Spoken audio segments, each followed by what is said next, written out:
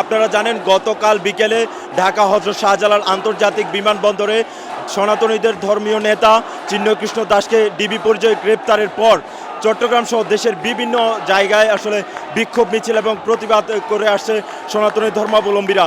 এরই আজকে সকালে ঢাকা থেকে তাকে চট্টগ্রাম মেট্রোপলিটন পুলিশের কাছে হস্তান্তরের পর এই যে আদালতে তোলার পর থেকে তাকে জামিনের জন্য আবেদন করা হয়েছিলেন, সে জামিন না মঞ্জুর করার পর থেকে চট্টগ্রাম আদালত প্রাঙ্গণ একটি বিক্ষোভে উত্তাল। সনাতনী ধর্মাবলম্বীরা এখানে প্রায় 1.5 ঘন্টা ধরে প্রিজন ভ্যান ঘিরে এখানে যে বিক্ষোভ মিছিল করছেন, আন্দোলন করছেন, এখানে প্রায় অচলাবস্থা হয়ে আছে।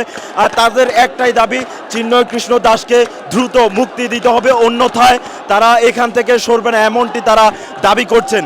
আপনারা দেখতে পাচ্ছেন একদিকে আইন শৃঙ্খলা বাহিনী সতর্ক অবস্থানে, কঠোর অবস্থানে আছেন, অন্যদিকে সনাতনী ধর্মাবলম্বীরা তারা প্রায় সকাল থেকেই এই যে আদালত প্রাঙ্গণে তারা বিক্ষোভ করে আসছে এবং তাদের একটাই দাবি, চিন্ময়কৃষ্ণ দাসকে অতি দ্রুত মুক্ত দিতে হবে, অন্যথায় তারা এই বিক্ষোভ এবং তাদের এই প্রতিবাদ তারা চালিয়ে যাবেন।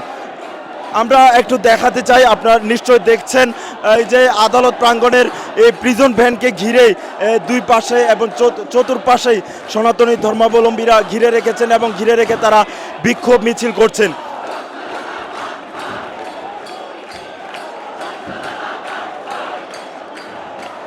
আপনারা দেখছেন চারদিকে মিছিলে উত্তাল হয়ে আছে চট্টগ্রাম আদালত প্রাঙ্গণ। আজ সকালে যখন চিন্ময়কৃষ্ণ দাসকে আদালতে হাজির করা হয়, এরপরে তার জামিন মঞ্জুরের আবেদনটি যখন না মঞ্জুর করে আদালত, এরপর থেকেই এই যে চট্টগ্রাম আদালত প্রাঙ্গণ উত্তাল হয়ে আছে বিক্ষোভ মিছিলে।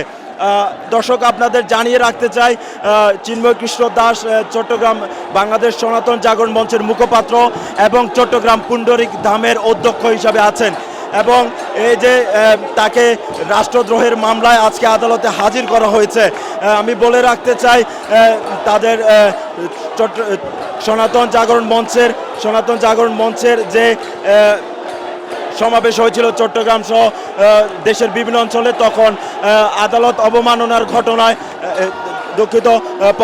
জাতীয় পতাকা অবমাননার যে অভিযোগ করে তাকে রাষ্ট্রদ্রোহের মামলা দায়ের করা ছিল, সেই মামলার আজকে জামিনের জন্য আবেদন করছিলেন, কিন্তু সেই জামিন না মঞ্জুর করার পর থেকে সনাতনী ধর্মাবলম্বীরা এখানে বিক্ষোভ মিছিল এবং তাদের যে চিন্ময়কৃষ্ণ দাসকে বহনকারী প্রিজন ভ্যান সেটি ঘিরে তারা এখানে বিক্ষোভ মিছিল করছেন। তাদের একটাই দাবি, অতি দ্রুত চিন্ময়কৃষ্ণ দাসকে মুক্ত করে দিতে হবে, অন্যথায় তাদের এই আন্দোলন চলতে থাকবে।